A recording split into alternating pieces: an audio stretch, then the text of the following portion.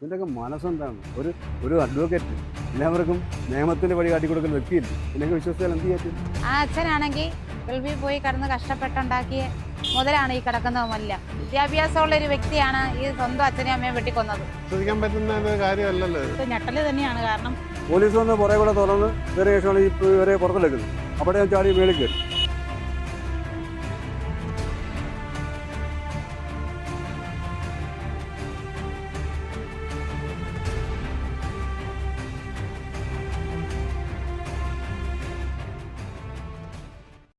അസ്സലാമു അലൈക്കും. Welcome back to Visal media. ഞാൻ ഫക്രുദ്ദീൻ ഫന്താവൂർ.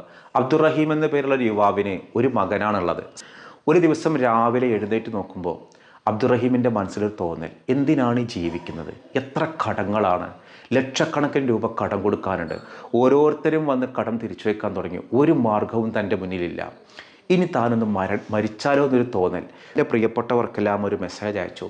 എൻ്റെ ജീവിതം ഞാൻ അവസാനിപ്പിക്കുകയാണ്, ഇനി എന്നെക്കൊണ്ട് പറ്റില്ല. ഞാൻ ഒരുപാട് കടങ്ങൾ വാങ്ങി. എൻ്റെ വീട് ഞാൻ വിൽക്കാൻ വെച്ചിട്ടുണ്ട്, അഡ്വാൻസ് ഞാൻ വാങ്ങിയിട്ടുണ്ട്. എൻ്റെ വീടും പറമ്പും വിറ്റാൽ പോലും എൻ്റെ കടങ്ങൾ വീട്ടാൻ സാധിക്കില്ല എന്നറിയാം. പക്ഷേ എന്നെ തകർത്ത് കളഞ്ഞത് എൻ്റെ പ്രിയപ്പെട്ട ഭാര്യ, എന്നെ മനസ്സിലാക്കേണ്ട ഭാര്യ പിണങ്ങിപ്പോയി.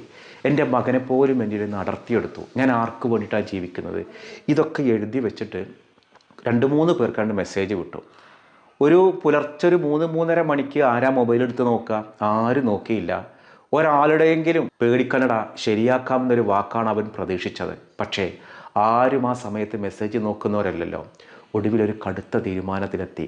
ഒരു നിമിഷം മനസ്സ് പതറിയപ്പോൾ അവൻ ആ കടുങ്കൈ ചെയ്തു. ഞാനീ പറയുന്നത് റിയൽ ലൈഫിലൊരു സംഭവമാണ്. ഈ പേരൊക്കെ സാങ്കല്പിക്കാം. ഒരുപാട് കാശ് മറ്റുള്ളവരൊക്കെ നിന്ന് വാങ്ങി തിരിച്ച് വീട്ടാൻ ഒരു മാർഗ്ഗവും ഇല്ലാതായപ്പോൾ അവൻ്റെ മുന്നിൽ തോന്നിയ ഒരു കടുങ്കൈയാണ് ആ ജീവിതം അവസാനിപ്പിക്കുക എന്നുള്ളത്. എന്തെങ്കിലും സംഭവിച്ചു കഴിഞ്ഞാൽ ഞങ്ങളോടൊന്നും പറയാമായിരുന്നില്ലേ, ഞങ്ങളുണ്ടാകുമായിരുന്നല്ലോ എന്ന് പറയാൻ 100 ആളുകളുണ്ടാവും. പക്ഷേ ജീവിച്ചിരിക്കുമ്പോൾ ആർക്കും അതിന് മൈൻഡ് ഉണ്ടാവില്ല. പലപ്പോഴും എങ്ങനെ നമുക്കിങ്ങനെ ഈ കടങ്ങൾ വരുന്നത് എന്നറിയോ? നമ്മുടെ ലൈഫിൽ ഒരു ഫിനാൻഷ്യൽ അച്ചടക്കമില്ലാത്തത് കൊണ്ടാണ്. ഒരുപാട് പേരേക്കൊന്ന് നമ്മൾ വീട്ടാൻ പറ്റാത്ത രീതിയിൽ കടങ്ങൾ വാങ്ങുക, ആ കടങ്ങൾ വീട്ടാൻ വേണ്ടി മറ്റൊരാളിൽ നിന്ന് കടം വാങ്ങുക. അപ്പോൾ എവിടെയാണ് പിഴക്കുന്നത്? നമ്മുടെ തീരുമാനങ്ങൾക്ക് ആ പിഴവ് പറ്റിയത്. എല്ലാവരും കുറ്റം പറയും ആ ഭാര്യ പോയത് കൊണ്ടാണ് അവനത് ചെയ്തത്. ഭാര്യ പോയത് കൊണ്ടല്ല. ഒരു ഭാര്യ ഭർത്താവിനെ നേരെയാക്കാൻ വേണ്ടി അവരുടെ മുൻപിലുള്ള ഒരു മാർഗം, തല്ലാനും അടിക്കാനും ഇടിക്കാനൊന്നും പറ്റൂലല്ലോ, വല്ലാതെ സഹിക്കാൻ കഴിയാതായപ്പോൾ ഭാര്യയുടെ വീട്ടിലേക്ക് പിണങ്ങിപ്പോയി. അബ്ദുറഹീമിൻ്റെ മനസ്സിൽ ആ നിമിഷം ഉണ്ടായിരുന്ന കാര്യം എന്താണ്? ഭാര്യയ്ക്ക് ഞാനാണ് ഒരു കടയിൽ ജോലി വാങ്ങിച്ചു കൊടുത്തത്, ഒരു ടെക്സ്റ്റൈൽസിൽ. ഇയാൾ നല്ലൊരു കാലം ഗൾഫിലായിരുന്നു, കുറേ അധ്വാനിച്ചു. ലൈഫ് ഒരു അച്ചടക്കം ഇല്ലാതെ ആ പണം ഒന്നും ഉപകാരപ്പെട്ടില്ല. നാട്ടിൽ വന്ന് ചെറിയൊരു ബിസിനസ് തുടങ്ങി, ആ ബിസിനസ് പരാജയമായി. അതിൻ്റെ കടങ്ങൾ വീട്ടാൻ മറ്റൊരിടത്തു നിന്ന് കാശ് വാങ്ങി. അങ്ങനെ എല്ലാവരേക്കൽ കയ്യിൽ നിന്നും കാശ് വാങ്ങിയിട്ട് കടങ്ങളിങ്ങനെ പെരുകി. കടങ്ങളില്ലാത്ത ആളുകളില്ല. എല്ലാവർക്കും ചെറുതോ വലുതായ കടങ്ങളൊക്കെ ഉണ്ടായിരിക്കും. ഹബീബായ നബി പോലും കടം മേടിച്ചിട്ടുണ്ട്. കടം മേടിച്ച് തിരിച്ചു കൊടുക്കാൻ ബുദ്ധിമുട്ടാവുന്ന സന്ദർഭങ്ങൾ ഉണ്ടായിട്ടുണ്ട്. എല്ലാ ഭാര്യയുടെ തലയൊക്കിട്ടിട്ട് അങ്ങോട്ട് ഒളിച്ചോടിയിട്ട് ജീവിതം അവസാനിപ്പിച്ചാൽ ഭാര്യ ഇടങ്ങാറാവുന്ന ജീവിതകാലം വരെയും ആ മനുഷ്യനെ വെറുക്കേ ചെയ്യുള്ളൂ ആ ഭാര്യ മക്കളും. കാരണം ആ കടങ്ങളൊന്നാകുമ്പോൾ തലയിൽ കിട്ടിട്ട് എല്ലാവരും ഒരു പ്രാഗി പറയുന്ന ഒരു അവസ്ഥയിലേക്ക് എത്തും. അപ്പോൾ ലൈഫിൽ എന്ത് പ്രയാസങ്ങൾ ഉണ്ടെങ്കിലും നമ്മൾ ഒരിക്കലും എടുക്കേണ്ട ഒരു തീരുമാനം ആവരുതെന്ത്? ജീവിതം അവസാനിപ്പിക്കുക എന്നുള്ളത്. വേറെ ചില ആളുകളുണ്ട്, അവരുടെ ലൈഫിൽ സമ്പത്താണ് ഒരു പ്രശ്നം. ഞാൻ കായംകുളത്ത് കേട്ടൊരു വാർത്ത, സമ്പത്ത് പ്രശ്നം. അച്ഛനും അമ്മയും ഒരു മകനെ, നവജിത്ത് എന്ന് പേരൊരു മകനെ, ആകെ ഒരു മകനുള്ളൂ. വളരെ നന്നായിട്ട് വളർത്തി, സ്നേഹം കൊടുത്തു, നല്ല വിദ്യാഭ്യാസം കൊടുത്തു, വക്കീലാക്കി. ഒടുവിൽ സ്വത്തുക്കൾ മുഴുവനും അവനക്ക് കിട്ടണം. അച്ഛനും അമ്മയും ജീവിച്ചിരിക്കുന്ന ആളുകളല്ലേ, സ്വത്ത് മുഴുവനും ഇവൻ്റെ. ഇപ്പോൾ സ്വത്തൊരു പ്രശ്നമായിട്ട് മാറി.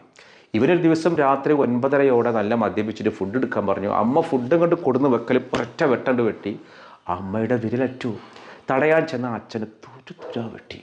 62 വയസ്സുള്ള നടരാജൻ എന്ന പേരുള്ള സ്വന്തം ജന്മം കൊടുത്ത പിതാവിനെയാണ് അഭിഭാഷകനായ മകൻ വെട്ടിക്കൊന്നത്. അപ്പോൾ അവിടെ സ്വത്താണ് തർക്കം. ഞാൻ ആ വാർത്ത കണ്ട് ഞെട്ടി. അത്രയും മകനെ സ്നേഹിച്ച് ലാളിച്ച് പറഞ്ഞതൊക്കെ മേടിച്ചു കൊടുത്തിട്ട് എല്ലാത്തിനും സപ്പോർട്ട് ചെയ്ത് കൊടുത്തു. അങ്ങനെ സപ്പോർട്ട് ചെയ്ത് കൊടുത്തപ്പോൾ ആ മകൻ ആരായി? ജന്മം നൽകിയ മാതാപിതാക്കളതിനെ ഇല്ലാതാക്കി. ആ വാർത്ത ഒന്ന് കണ്ടു നോക്കൂ. തള്ളയും എൻ്റെ പെണ്ണുമ്പിള്ള പ്രസവത്തിനായിട്ട് പോയിരിക്കുന്നു. പ്രസവിച്ചെന്ന് പറഞ്ഞായിട്ട് പെൺകുഞ്ഞാന്ന് പറയുന്നത് വ്യക്തം അറിഞ്ഞില്ല. 10 മാസം വൈകിട്ട് പ്രസവിച്ച് ഇത്ര നാൾ ഈ 10-30 വർഷം വരെ പോറ്റിയില്ലേ, വിദ്യാഭ്യാസം കൊടുത്തില്ലേ, പെണ്ണ് കെട്ടിച്ചില്ലയോ, സ്വത്തിനെ ജീവിക്കുന്നില്ലയോ, എന്നുവെച്ചാൽ പറ്റുള്ള കൊല്ലുവോ? റേഷനരിയും കഴിക്കുന്ന ആൾക്കാരുണ്ടല്ലോ ഇവിടെ. ഞെട്ടല് തന്നെയാണ്. കാരണം പോലീസ് വന്ന് പുറകെ കൂടെ തുറന്ന് ഇവരെ ശേഷമാണ് ഇവരെ പുറത്തെടുക്കുന്നത്. അവിടെ ചാടി മേളിൽ കയറി. മേലെ കയറിയിട്ട് ശേഷം എങ്ങനെ വെട്ടത്തിലായിട്ട് ശേഷമാണ് എന്നെ കീഴ്പ്പെടുത്തുന്നത്. സായങ്കാലം പോലീസ് കല്ലൂർ സ്റ്റേഷനിലും കറക്കി ഉൾപ്പെടാമെന്നാണ് കീഴ്പ്പെടുത്തിയത്. 10 മാസം വയറ്റിയിട്ട് പ്രസവിച്ച് ഇത്ര നാൾ ഈ 10-30 വരെ ഒറ്റിയില്ലേ, വിദ്യാഭ്യാസം കൊടുത്തില്ലേ, പെണ്ണ് കിട്ടിച്ചില്ലയോ, സ്വത്തിനെ ജീവിക്കുന്നില്ലയോ, എന്നുവെച്ചാൽ പറ്റുള്ള കൊല്ലുവോ? റേഷൻ അരിയും കഴിക്കുന്ന ആൾക്കാരുണ്ടല്ലോ ഇവിടെ. ഇത് സ്വത്തന്നെ അഹങ്കാരം. കൊട്ടാരമല വീട് പുള്ളി കൽപ്പിപ്പ് ഉണ്ടാക്കിയത്. ഈ കടയെല്ലാം പുള്ളിക്കുള്ള വേറെ വസ്തുക്കളും ഉണ്ട്.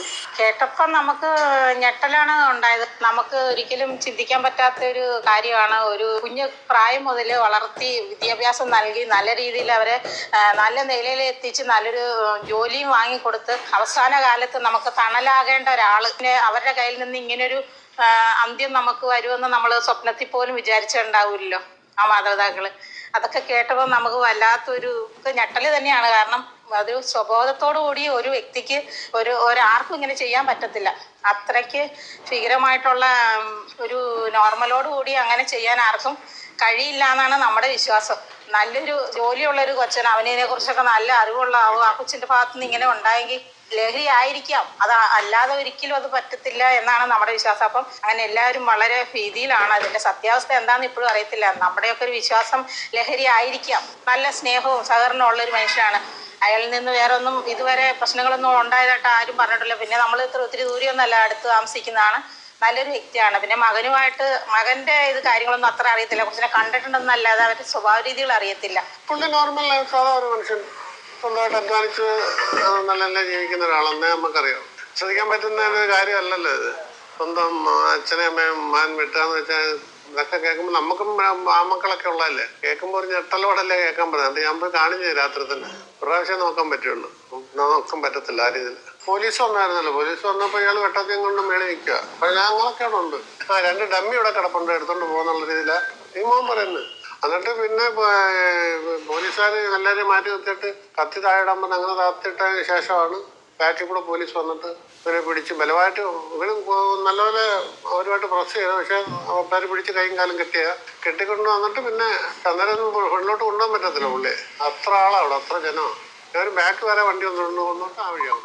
എന്നിട്ട് തന്നെ അവിടെ നിന്ന് ആൾക്കാർ കല്ലുപറക്കി എറിയൊക്കെ ചെയ്യുന്നുണ്ടായിരുന്നു. ഇപ്പം നോർമൽ കണ്ടീഷനുള്ള ഒരാളിങ്ങനെ ചെയ്യത്തില്ല. നോർമലായിട്ടുള്ള ഒരു പിള്ളേരും ഇങ്ങനെ ചെയ്യത്തില്ല.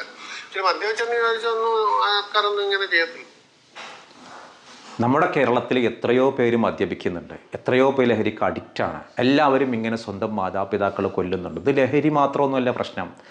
ആദ്യം രക്ഷിതാക്കൾ ചെയ്യേണ്ടത് മക്കളെ ലാളിച്ച് പൊന്നാരിച്ച് വളർത്തരുത്. ഞാനിത് പറയുമ്പോൾ എന്നോട് വിയോജിക്കുന്ന ആളുകളുണ്ടാവും.